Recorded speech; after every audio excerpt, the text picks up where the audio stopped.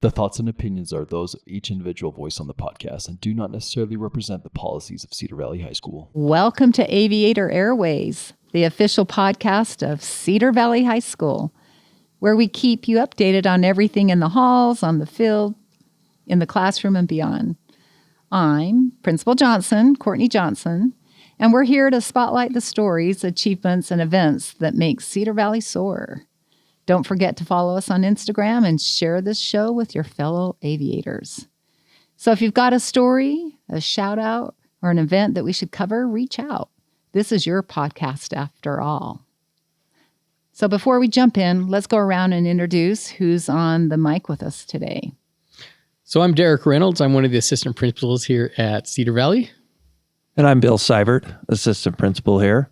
Parker Gurney, TV video broadcast.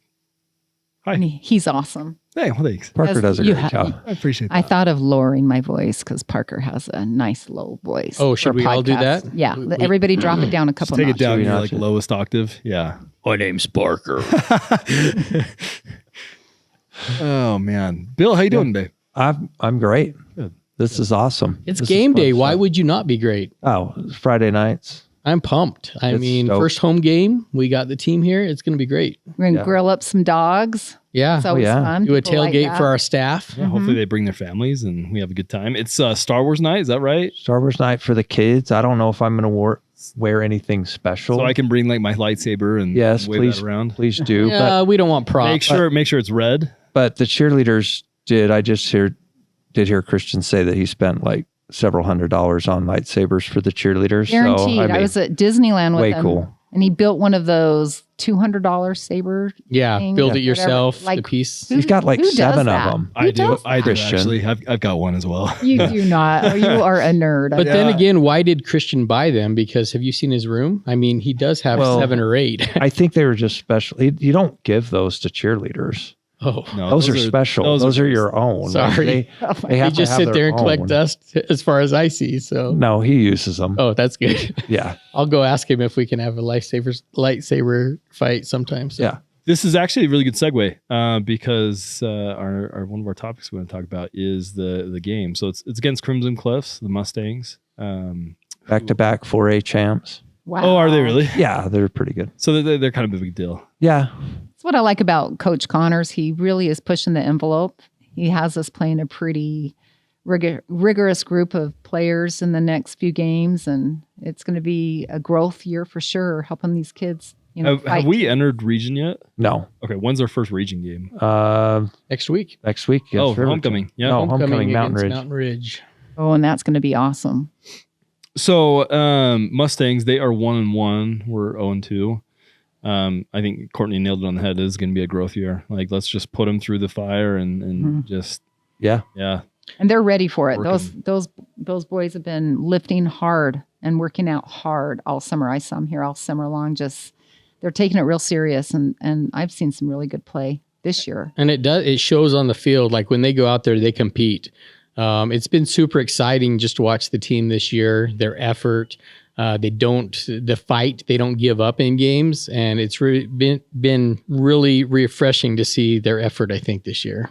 Yeah. I mean, the preparation, Coach Connors himself is just awesome as far as football mind. He's really good for the kids. They love the heck out of him and they'll run through walls for him.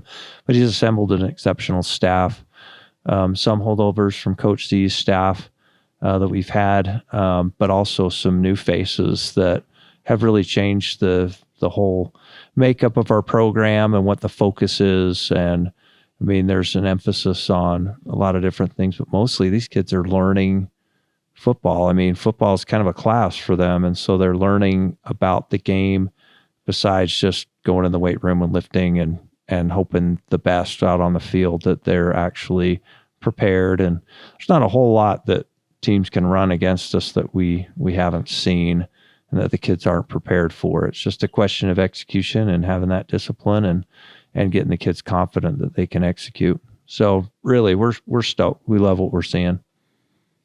Yeah, I mean, Connors is awesome. We should definitely get him on here either next time or the time after that. It's like pretty soon, because he'd be a fun one to get on here and banter with and just get his take. I mean, I don't know how many I'm sure the parents have a good relationship with him, but outside of that, he's brand new, and this is our first year at 6A, and it's been an adjustment for the whole school as a whole. But for sure, him is coming in as The new guy. and replacing Z. Some stats here to look at. I guess this is only based on, I think, two games, but we've got our quarter averages for both teams. So Crimson Cliffs 0 point average in the first quarter, second quarter 14, quarter 3 3.5, and quarter 4 3.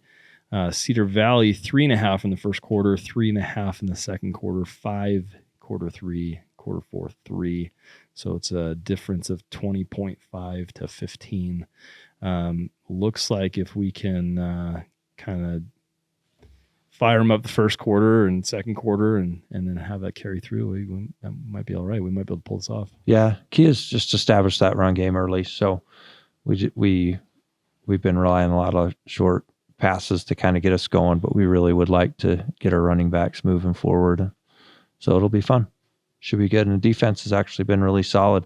Last week against Woodcross, it was really 3 plays.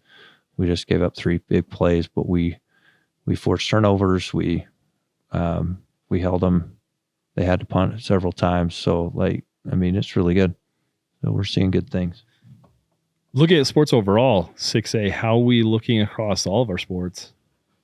Golly, girls tennis. Roxy, our new girls coach this year, is doing a great job. The girls are having a blast. They went down to St. George and they won several matches, and we had kids actually placed in their respective areas, categories, and it was awesome. They're having a great time. They're working their guts out. So we're seeing some good things with tennis. Cross country's looking good. Cross country. Wow. I don't know if you were there, Courtney, when Coach Brower was talking about our times in our last meet, but he basically said that the projections based on, what the times are in the state, like we had several kids that would finish very high, and as a team, we'd be like in the top 10. And that's just kind of what we're doing. And we're growing and learning, getting faster. We have, obviously Coach Brower is back. We actually have a new girls head coach this year, Courtney Peterson. Another Courtney to the mix. We only have like 7 of them in our school. So. I got 2 calls today for the wrong Courtney. It's happening all the time. Yeah, so she's great. That's our track coach, Jordan Peterson's wife. She's phenomenal. She's amazing. She's a runner. Jordan's herself. awesome. I know Jordan. She runs with the kids. Like Does she really? She's fast. So she ran in a marathon pregnant. Oh my goodness. Yeah, at least one. She's What? totally all in. Had a healthy baby. Yeah. That's Great. incredible. Yeah. Did she get a good time? Yeah, she's pretty. How she's far along fast. was she at that point? I think in the first trimester, but still, Okay, that's still, when you're that's- so yeah, tired. Yeah. I can't Oh my believe goodness. that. Yeah, she's amazing. So, when you got a coach that's willing to run with you, you tend to do better. Yeah. And we've been lucky so far. Yeah. Our other coach did the same, but we're excited. Yeah. Girls soccer, they're 1-2 in region play. They beat SLA, lost in overtime last night to Copper Hills. But man, our girls are in every game. Lost to Riverton 1-0. Yeah. 1-0 if you're a soccer person.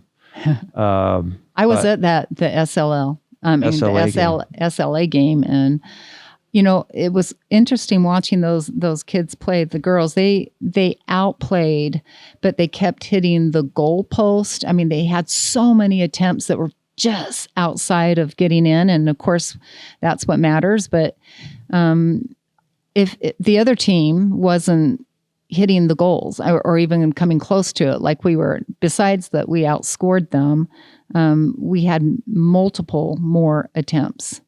And so I was really proud of them. They're good. They're really good. They look good. Yeah. Shots on the goal translate to goals. So yeah, if they keep that up, then it should be good. Yeah. Nice. What other ball sports? I don't know. This is going to be the boring segment because I just wanted to say it's kind of nice what we've done with the attendance for athletes too this year. I was talking to a teacher today and she was just talking about the accountability piece. They are student athletes, and so we expect a lot of them in the classroom as well. And this teacher was talking about one of the football players that was marked absent for first and second period. And he's like, I was there, And so she had gone to attendance and double checked. And sure enough, he was in those classes. But again, there's an accountability piece for them. And I think our coaches have done a great job having our players step up, both academically and on the field. And so I think across the board, they've done a great job in just motivating these kids and realizing it's not just about the sport, but it's also about the classroom as well. Yeah. And just for the listeners, just to kind of clarify, I mean, most of the athletes know, but just for those in the community that want to get a good idea of what this procedure is all about with attendance, basically, our athletes can't have any unexcused absences. And if they do, then there's a good chance they're not going to play at least part of the game. The other aspect is that on game day, we need them in class. I think there's kind of been a tradition or this belief that, hey, game day, like stay home, rest up, do whatever. But again, like they're students first. And so, in order to elevate our entire school community in that academic aspect, it's great to have our student leaders who are on the field show that, hey, school's important. And so even on game day, and especially on game day, we're going to be in the classroom and we're going to be studious and getting after it. And that really is going to translate to the playing field because they're doing things the right way and their focus is in the right place. And so we're excited about it. And that's a renewed commitment to hold those standards, right? Yeah. I mean, we kind of had an unwritten procedure, but this summer, Derek put a lot of effort into it and put it together. And we worked with our head coaches and athletic directors on this and implemented it. And it's in writing. We have a strong student athlete leadership team, the Captains Academy, and I'm sure a lot is trickling down from them as well. How's our boys golf going? Have They're you had doing any well. updates on that, Bill? They're doing really well. I mean, we have a really competitive region, and we've been in the hunt, top 3 in just about all the scores that I've seen.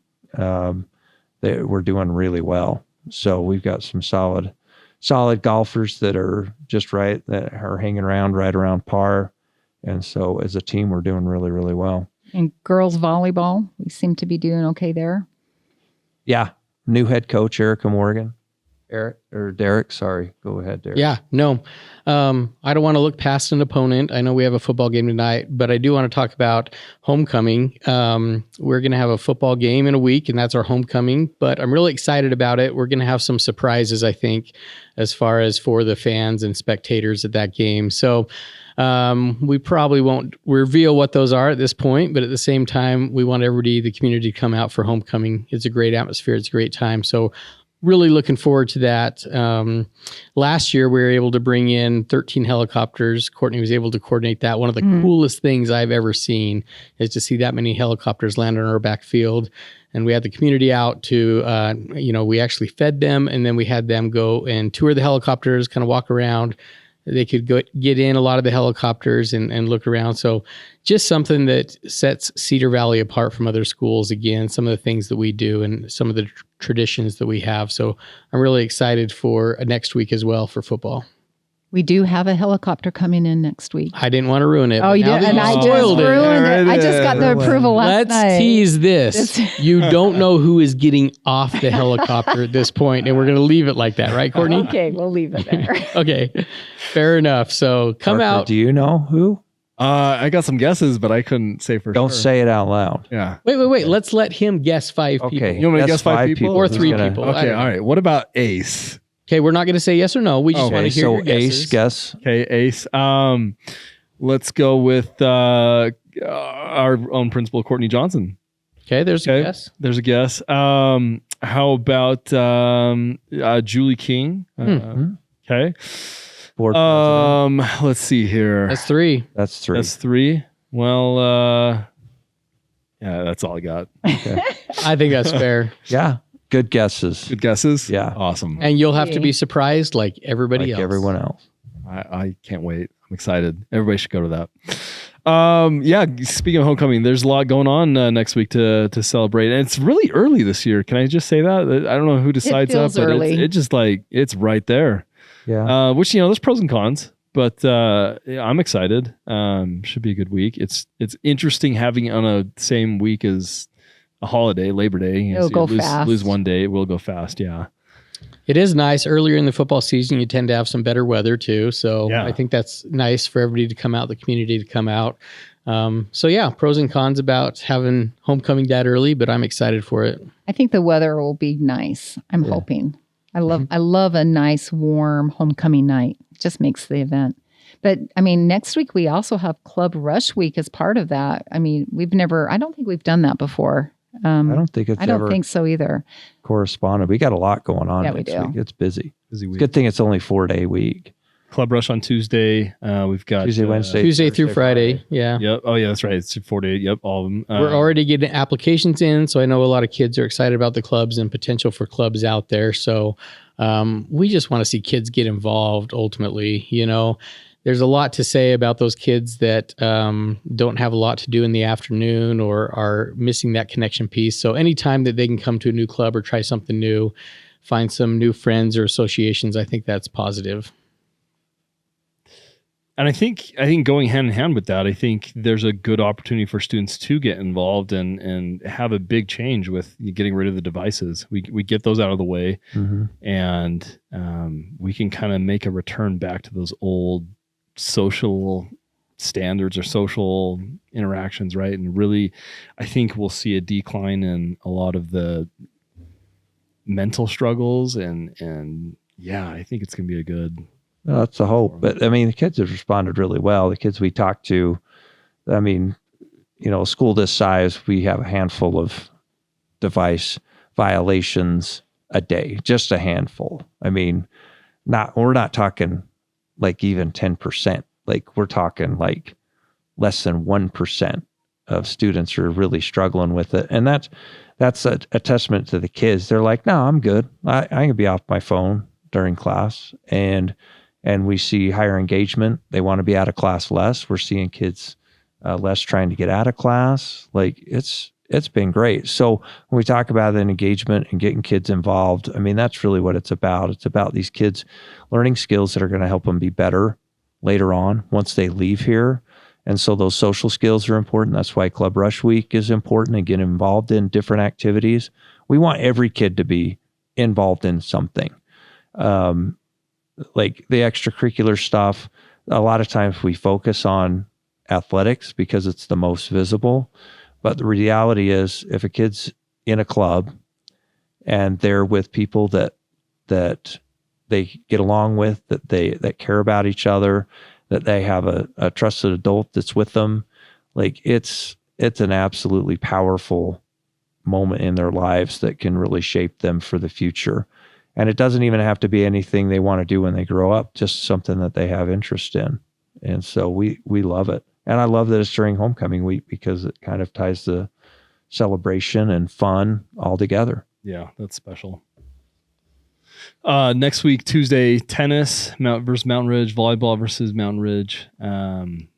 Let's see here. Wednesday, continuation of Club Rush, PTSA ice cream party. Yeah, we want to get kids out to join the PTSA. That's how high school is a little different than a middle school or elementary model. The students get involved and actually help make some decisions for the schools. They do a lot of good. We like our PTSA. Paint the Square night Wednesday.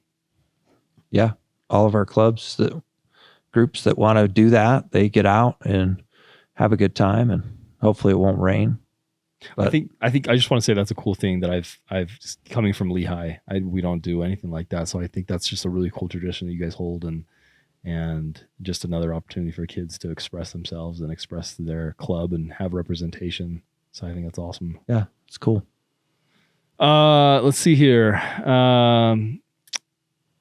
We also have girls soccer game on Wednesday night.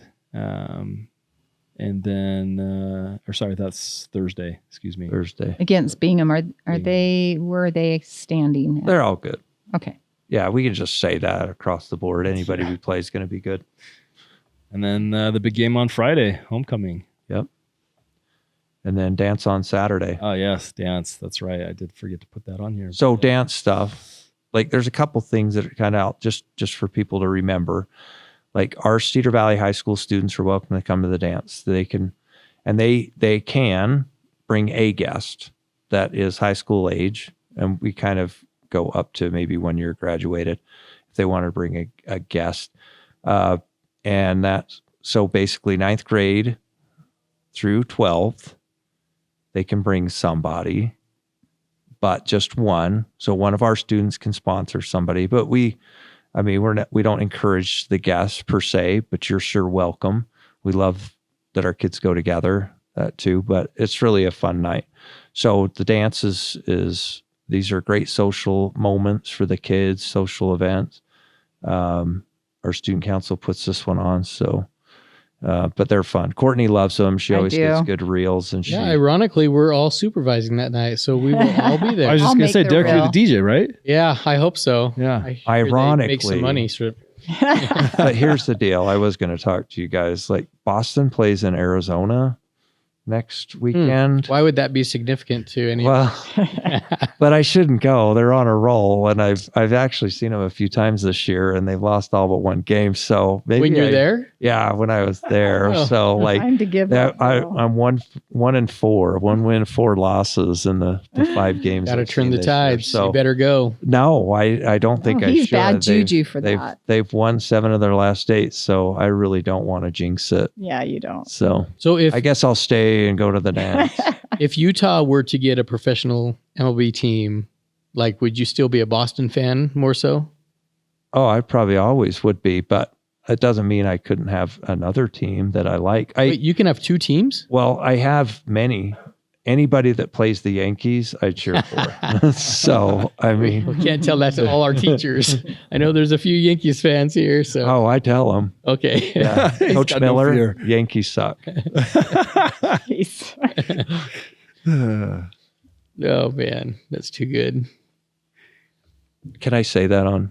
I don't know, because I wonder how many Yankees fans we have in Let's the tone community. down for Boston fans. There's actually a real phrase that they say. But Yeah. On this. Yeah, let's leave that off the podcast Yeah. for sure. Yeah. Good job. Well done. That's showing restraint right there. Yes. So we talked about phones. A couple other new things that Minga's a big one. We just had a big faculty meeting on that yesterday.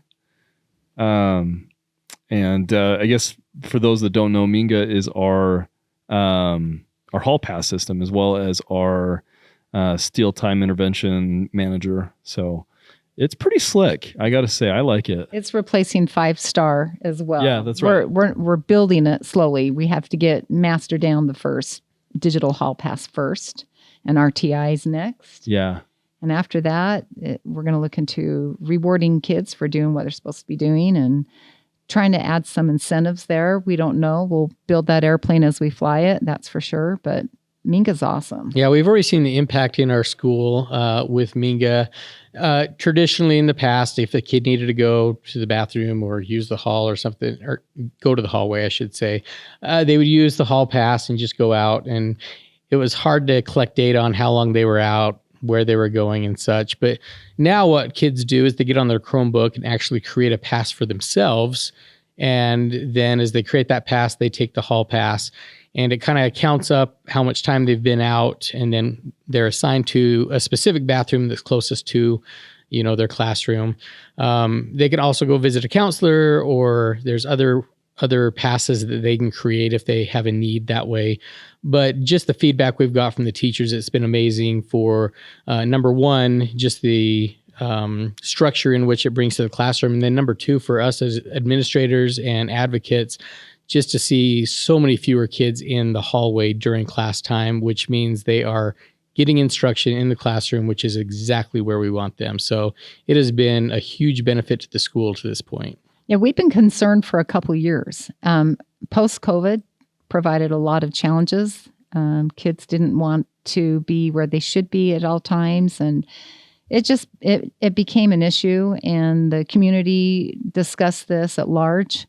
My school community council, we put the leadership team over it. We created a subcommittee that went out and looked at other schools, that were also using Minga in another program, and they ultimately decided to go with Minga. And it's great. It's great. It gives a great data so we can help kids graduate, and that's our ultimate goal. We want to, if kids are in class, they'll graduate. Yeah. And what I love about it is, we've been so hit and miss because, teachers might let 2 or 3 out. They don't want to deny a kid a chance to go to the bathroom. But what happens then is that we know who should be out and who shouldn't. And it's just made it so much easier to identify and to show which kids are supposed to be. So we've actually seen discipline decline quite a bit because, the kids just they're not out and they're not meeting each other. Or they're not, because they don't have their phones. They're not supposed to use their phones. They're not communicating. They're not doing all the things that they were to kind of get out of what they needed to be doing. So really the focus has been on instruction, and the focus has been on engagement, and we love what we're seeing. And honestly, our hallways, kids are happy, classrooms are good. And I mean, Parker, from a teacher standpoint, we're not in the classrooms all the time. We try and get in as much as we can, but from a classroom teacher's perspective, what are you seeing? It's awesome. Student engagement's never been higher. It used to be that you had, a handful of kids that were just out and just on their phones, and no matter how much you tried, you couldn't hook them back in. Since day one, every single person was engaged, taking notes. It feels like we're back to pre-COVID, even when phones were really kind of big and prevalent. It's awesome.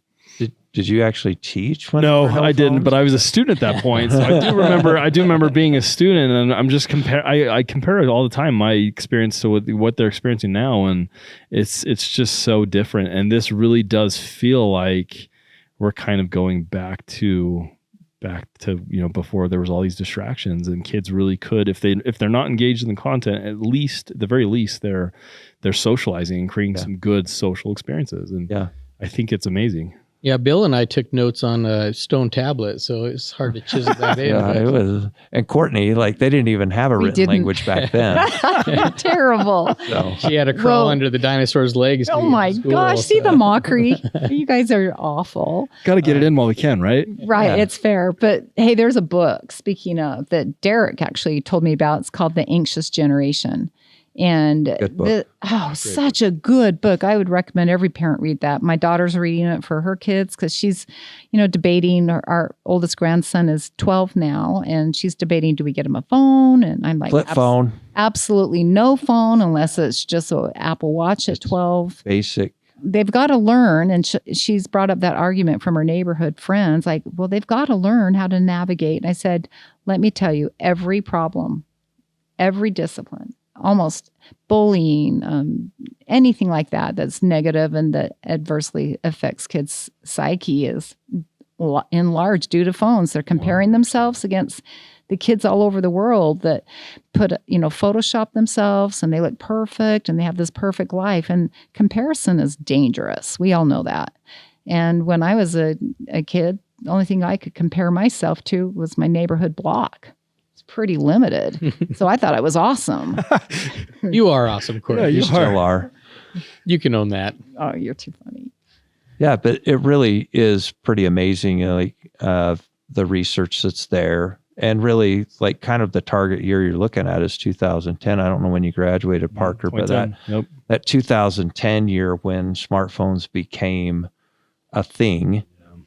Because I started teaching in 2003, and kids had flip phones, and they would text, but it was the T9 texting. They were good at it. They would text under their desk, but it was just a text message. It wasn't the dopamine hits that they get now. It wasn't, exactly. And it wasn't the constant checking and the Snapchats and just the inundation with messages and information and comparisons and what's going on elsewhere.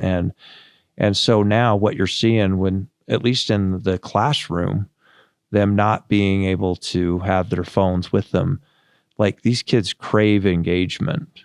They are very engaged in whatever it is they're allowed to engage in. And so without the phones, they're engaged in the classroom. They're engaged in each other. And I hear fewer kids say they're bored in class, but I think that goes for the teachers too, because I think they see the engagement and that energizes We're them. excited, right? Yeah. And they love coming to school every day because kids are focused. So I think it goes both ways, and we're super excited about seeing these changes and tracking the data. We're going to see a lot of improvement. Awesome. Aviators Up is another thing that I had written down here.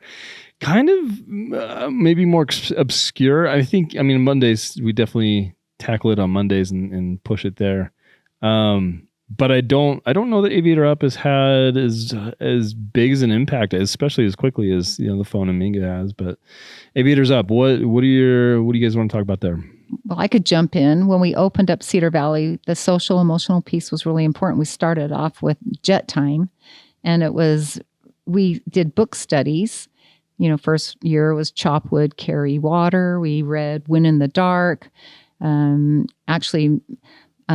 Crandall and myself wrote a book, and we just put lessons involved in these book studies, and we did jet talks in the auditorium. So that was 6 years ago, going on 7 now, and it was really important to us to have that piece where we could learn and help every kid get to their next level, essentially give everybody a flight plan where they could make goals and things like that. And we had some really incredible lessons, but we just got too big to fit in the auditorium. We started doing it more through a video sent to classrooms, and it just keeps evolving. When we decided to focus more on response to intervention, we started doing steal time to help kids and to help increase our graduation numbers. But then Aviator Up, we've even modified it, even when you came on, Derek, and you've been part of that, you and Colin. And we've got a really great program. It's been kind of streamlined a little bit, and I'm really excited about it. Why are you punching? No, we're good. I think giving he was fists. jabbing me when We you missed said Colin, who's not listening to this. Colin was an Whatever. assistant principal, phenomenal. He was Yeah. so great. Fantastic. We lost him. So we have show up, stand up, and lift up as our school priorities. We want kids to show up every day. We want them in class. We want them engaged. We want them to be prepared. We want kids to stand up for themselves and also for other kids. If they see something that is not right, we want them to stand up in the moment. We want them to be responsible, like taking care of their trash at lunchtime and throughout the day, and just make sure that they're doing the things that they need to do. And then the lift up element, again, going back to the social emotional, I think it's important that kids are looking out for each other. High school is an interesting time. You get one opportunity in high school, and so you come here for 3 or 4 years and go through that whole time period, and the relationships that you make, they may come and go, but the way you treat people and the respect you have for people, that's something that you're going to carry out throughout your life. So we want to learn those skills here in high school so that these kids can have those skills throughout their life. It's the laboratory of life. Yeah. It's the science experience. In fact, you remember kids who weren't nice to you. I still remember, don't you? Kids I didn't. That were rude in kids high were school. all, Orem High was all about nice kids. Oh, wait a minute. We 2 of us went to Orem High. right. There's a Bruin in the Tigers. crowd here too. Yeah, So I did not like Orem High. that's okay. Well, that's thought right. you We all didn't were like- rivals. Well, But, you didn't exist when I went to Orem High. That's so sad. I was the Yeah. last graduating class of Orem High in 80. Before Mountain View was Did created. I just say that? I just Yeah. told everybody how old I was. Yeah, Whoopsies. We've been saying it the whole podcast. Oh, that's true. So, I just wanted to not your retire. actual age. But, yeah. Oh my gosh. But, what I loved is how Aviators Up came about is we use data from a lot of our student survey and our teacher feedback to see what our most pressing needs were. And then Colin at the time headed a behavior team made up of teachers and they created this. They worked together to address these needs. And again, they're 3 cool areas, like key areas where, like, hey, if we can show up, stand up, lift up, like, we're going to be all right. And there's an opportunity to better ourselves in different areas of our lives, but really make the school better. So, but I love that it was teacher led. And we talked about steal time, like that intervention and that transformation between jet time and kind of how it's evolved.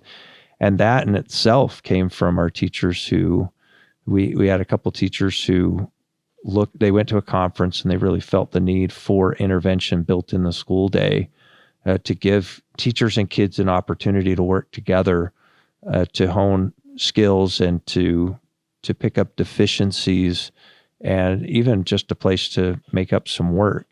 And that's how Steal Time came about. And I love it that our teachers are passionate enough about kids and learning and helping them be better, that they work to develop these things. That a lot of the initiatives and programs we had, we'd love to take credit as an administrative team, but most of it is just support and assistance in making things happen rather than coming up with the ideas in a top-down kind of thing. That our teachers truly do care about kids and they work their guts out.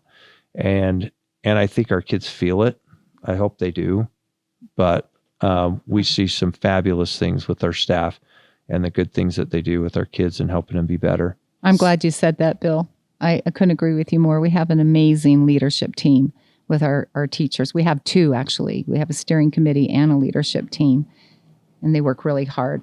So initiatives come and go. What is it about the ones that stick? Like, why? What is it about them, and what is it about how you approach them that makes them stick and makes them make a difference? That's a great question. I think it's when it's driven and led by the teachers, it sticks. I mean, I'm going out after this year. Who knows how long the assistants will be here? Going out where?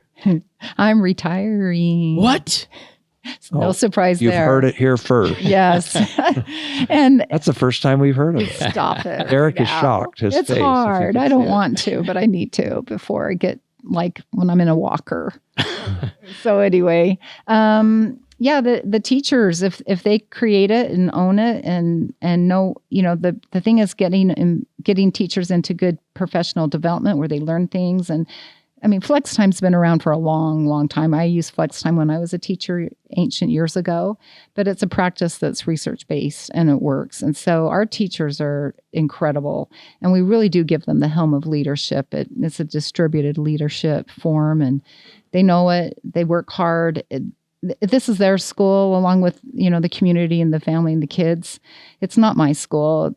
It's not yours. Derek, I'm looking straight at you. Darn right it. now. Darn it. I know you think I'll turn so, over my but keys. just I'm kidding. hiding. So she doesn't. No, and I'm glad you guys gave the credit to the teachers because it's amazing. We already see what teachers do in the classroom, but a lot of times we don't realize how many other things they do. And when they see a need, they look at that need and start thinking, what can we do to fix this, or what can we do to help support this? And so it really is teacher driven, and those are the things that do in fact stick. I also want to give a little bit of credit to Courtney now that she announced that she's going to retire. I mean, Surprising. I'm shocked, but I am going to say this. When I first got here, we'd do an assembly, and at the end of the assembly, Courtney would say, "I love you guys," to the students. And it kind of threw me off a little bit because I hadn't heard that a lot in different schools. And I'm not saying anything about other leadership or anything like that. I'm just saying Courtney is very unique because when she says it, she actually means it. And if you've ever seen a student interact with Courtney in her office, in the hallway, whatever it is, you can actually tell that Courtney actually does care about the well-being of each and every one of these kids. She really does love them. So when she says it to students, her staff, or to her admin team, or whoever it may be, it's truly genuine. And I think you'll feel it as you come in and visit the school as well. Oh, thanks, Derek. And that love is evident in these initiatives and programs because she supports that. Like I don't think I've ever heard Courtney say no. When you have a good idea, she says, "How can we make it happen?" And it might need some tweaking, some changing, some a little bit of help Money. on stuff, and a lot of times it does need money, and so Courtney works her guts out to make things happen so that these special things that are meaningful to teachers and meaningful to kids happen. And it's incredible. It's fun to be part of a community like this because we see great things happening every day, and the growth and the fact we're just never sitting still. We're always moving forward, always growing. And so sometimes change is hard. Like when we talk about the cell phones, when we talk about the digital hall pass, when we talk about steal time, some of these changes are very, very difficult for people that love their routine. But the fact is, like, we've always got to be analyzing and looking at our processes and what we do to benefit our kids even better, because our kids are changing and evolving. So we don't teach like we taught 23 years ago when I started. The kids are different. They learn different. They have different challenges and different strengths. And so we have to adapt to them to help them. Yeah, and speaking of differences, I think that's one thing is we've always worked to make Cedar Valley unique, and Courtney, in her vision, has made this place unique.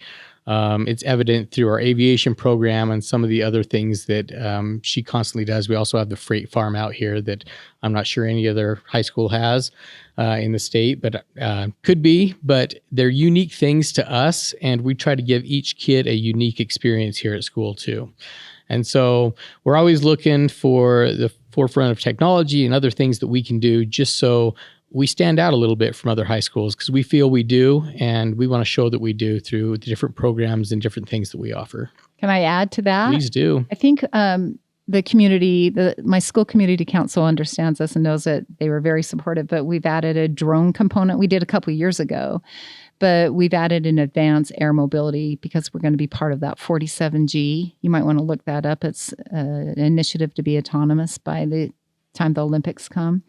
And I know that's the future, and that's where the money is. And we like to chase money for kids. So if it's an opportunity for a career for a kiddo and they have their 107 license, they can go out and work commercially doing air autonomous flight, which is huge in the future for these kids. So we added that course this year, and we had kids this summer working on their 107 license.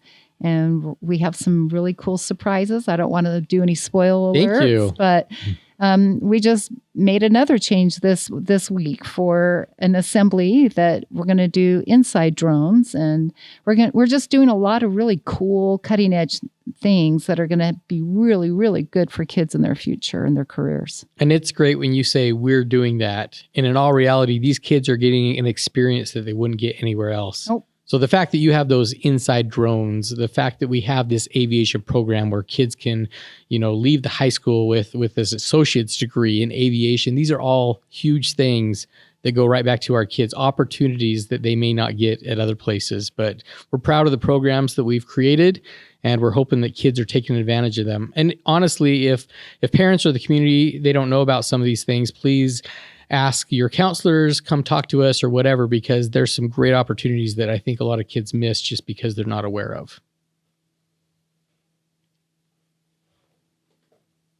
Awkward pause. Wait, look at me. You're the host. I'm the host. I thought you were the host. No, I think that's- I guess this last segue, that was it worked I could really well. talk all day about aviation. Oh, you know what it's worth. Kiddos can avoid having to wait that year to get in a flight school program when they graduate. If they have that associate's degree, they can use their student loan money to pay for actual flight time.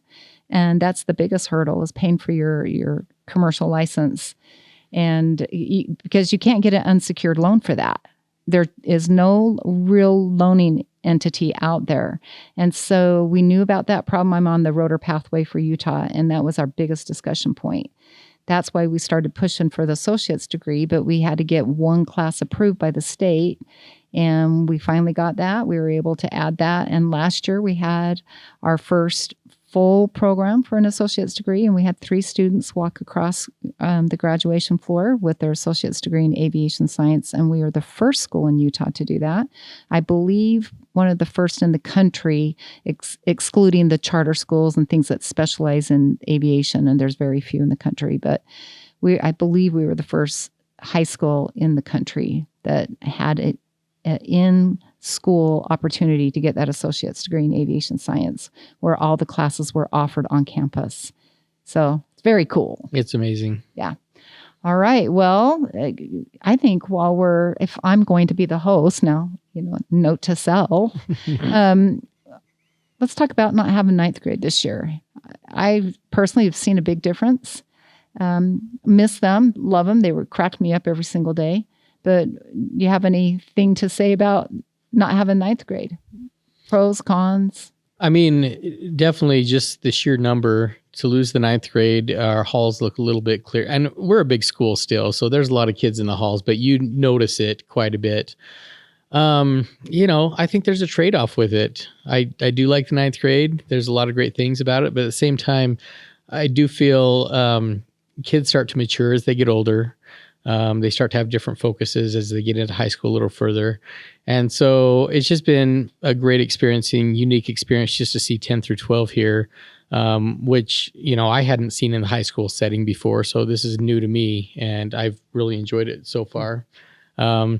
And honestly, many of the community might know this, but I was at Frontier before here. So just coming up with these kids and the eighth graders at Frontier, I left with them and they became ninth graders here with us. So just growing up with these kids, if you will, and watching them, I can't wait till that class graduates. It's going to be a pretty touching day for me for the most part, but such great kids in this community, such great families in this community. And I called it a hidden gem to somebody today because I really think people hear Cedar Valley and Eagle Mountain's clear out there. It's so far out there, and they don't realize the great things that are in the school and in this valley. So great opportunity for people, great kids, and great families, and we're just privileged to work with them.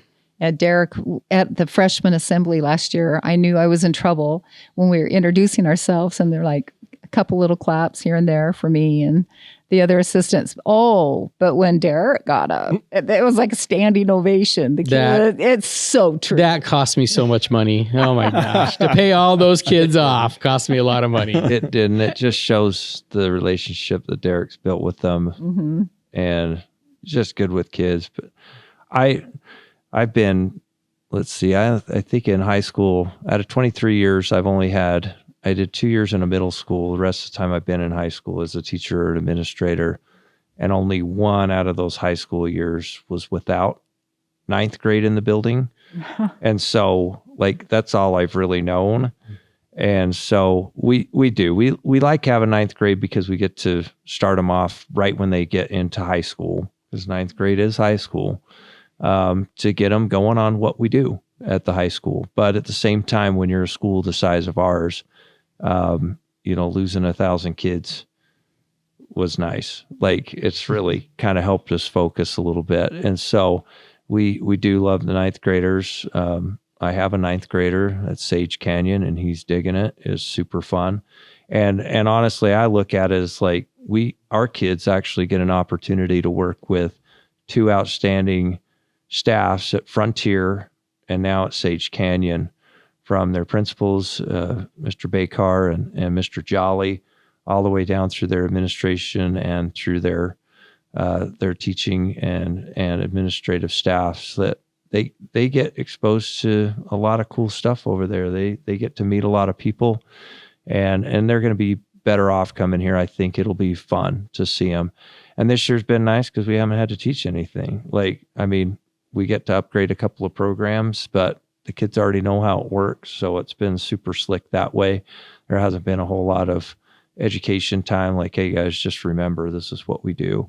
And so it's been kind of nice. So next year we'll have to train up those sophomores, but we'll probably start in the spring and do a ninth grade day, things like that. We'll do something fun. But by then I joke that freshmen aren't people yet. That's what we did at Lehigh. It was a ninth grade night. We'd invite them and have all the programs out, representing themselves, and they set up tables and that was usually the night I'd hand out brochures and get them to recruitment. Exactly. Yeah. It was great. So last year we were the largest high school in Utah. Falsely reported by KSL that it was another school. It was actually Cedar Valley. It was not the Granger Rangers. It was not. It was Cedar Valley. Us. We were the largest last year, and we felt it. But when you'd go in the classrooms, it didn't feel like a large school, just in passing periods. So, but it's good. So, we've learned a lot with with losing ninth grade. The kids come in starting a little more mature, ready for the open campus, but with Minga, that really is, I don't know, is it the chicken or the egg? Is it the Minga that fixed that, or is it the maturity that's changed things a little bit? I was going to say it's the culmination of I everything. think they culminate, but I would advocate the respect level. Last year was the first year that I've ever taught, hopefully ever will, ninth graders. And they're great. I mean, they brought their own unique. They were hilarious. They have their own unique challenges for sure. But what was amazing to me is the ones returning, coming back as sophomores. The amount of respect and maturity just from, I don't know what happens to them over summer, but something happens to them.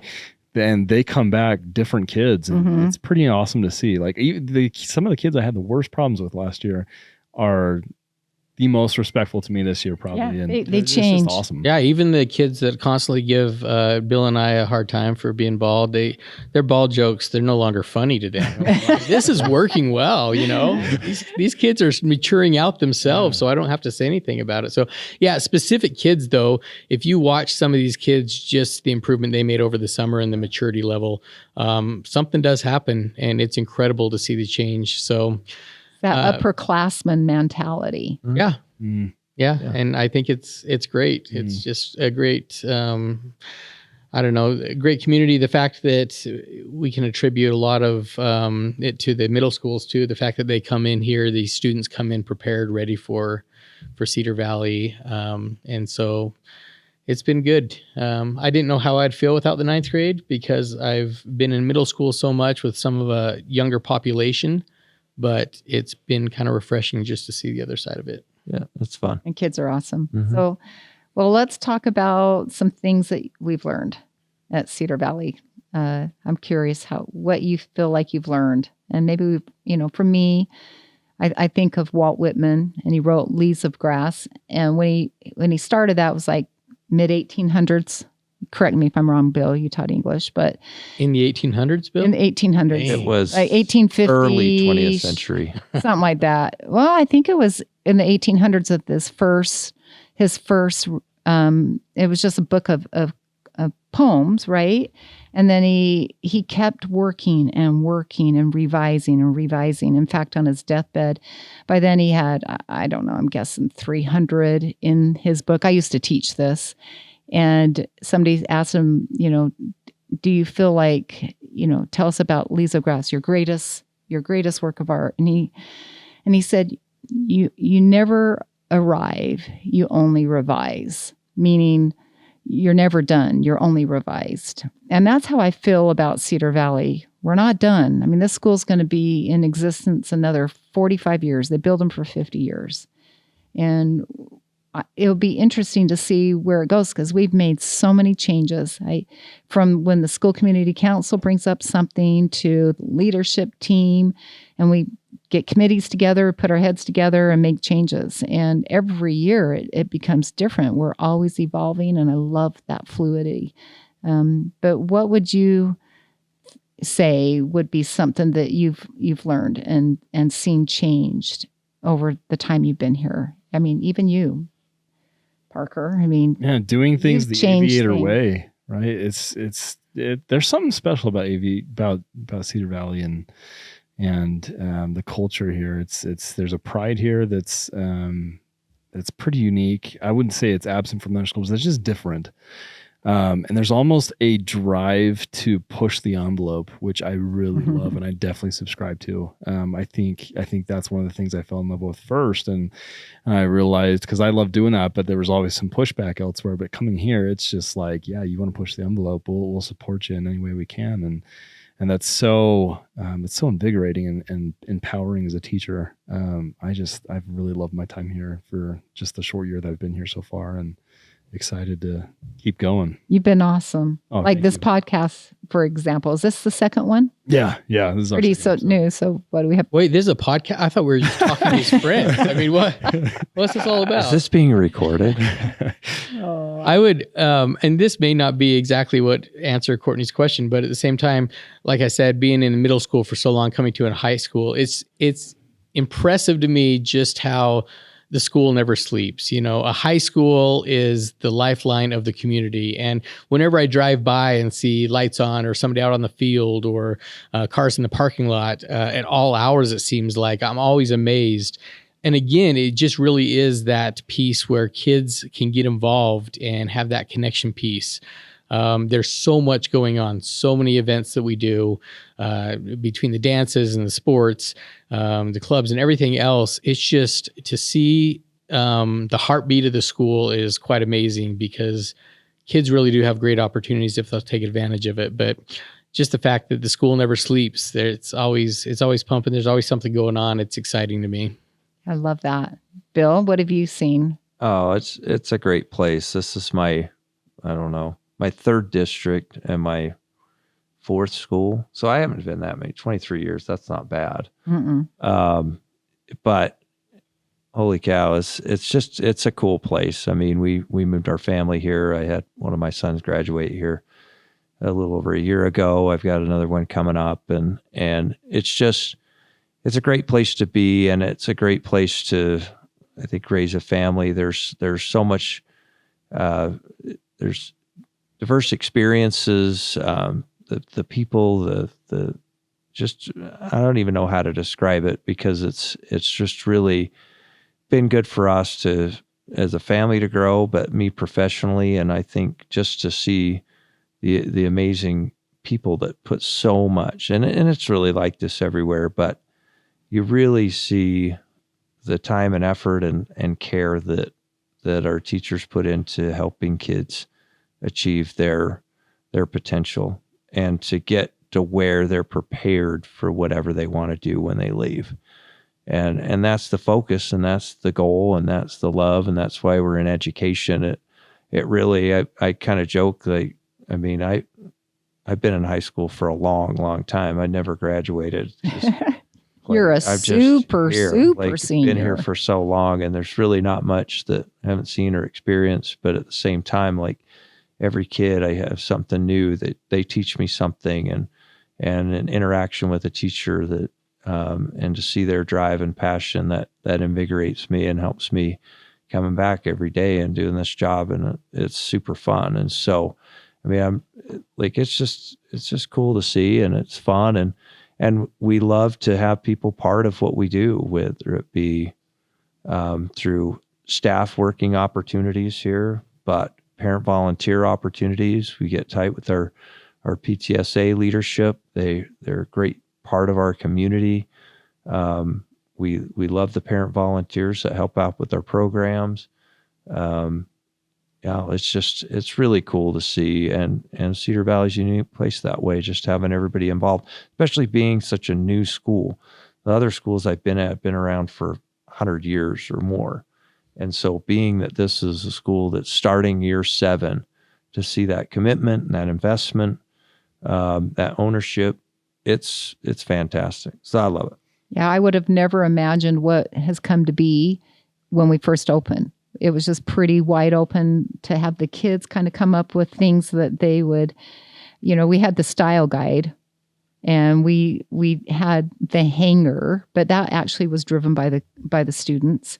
And just to see how they play off the theme, the branding. Our school is really unique. It looks unlike anything out there, from the airline seats around the school, the airplane parts, the fuselages that we've been able to build furniture and things out of, and the F-22 that's looking like it's coming in, crashing in the library, pulled that off a set. It's just unique and fun, and the kids keep coming up with things. I mean, every year we have a really cool theme, and that's all driven by the kids. So we're lucky. I think there's a lot of creativity out here, a lot of thought that goes into making us unique, and it's like a snowball. It just keeps getting bigger and bigger. So, well, with that, more change. Yeah, I had a question about the split and the forecast of some issues that are going to come up. The district split, or yes, that one. The big one. One big one I thought of is the swim team. Oh, What they don't have a pool. We don't have a pool. We have a lake Not too far Oh, away. right. Okay. I mean, and honestly, if they get cramps or whatever, they can just stand up because it's so shallow. right. We tried to get a Speaking of pool before we even opened. I remember Yeah. Sharon and I talking to the city and thinking, couldn't we get our own pool? Could we partner with Saratoga and get a community rec center? I mean, why are we still having these conversations 6 years later, or almost 7, when those conversations began? And I know Julie King's on it. We all want a pool for our kids. We're not going to send them into another district, right? To go practice their Well, right. That's just not They good. That's what they do have right. to That's what they for a do right while. now. But Yeah.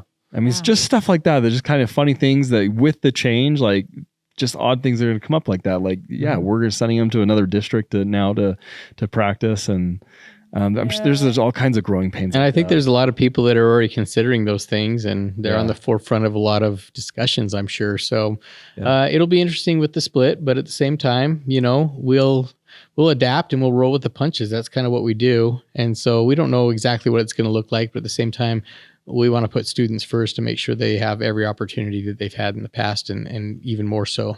We have great community partners, Tyson, Meta.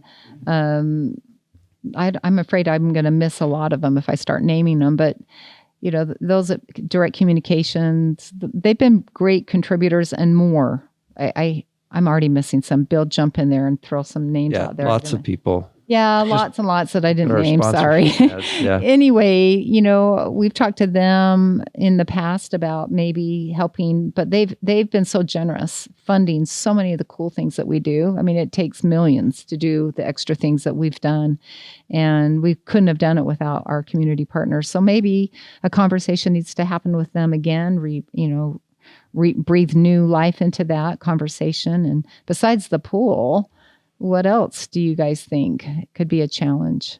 But I just think, infrastructure in general. I mean, we've been part of the largest district. I mean, that's what we're currently in, but we're going to go to about the 8th largest district in enrollment, with 2 high schools and another one on the way. And so it's going to pose some unique challenges, but there's really, really bright and committed people on that are going to help us out. Luckily, at the school level, we don't have to exhaust a lot of energy. We hope you enjoyed the first hour of the podcast and invite you to join us next time as we continue the conversation.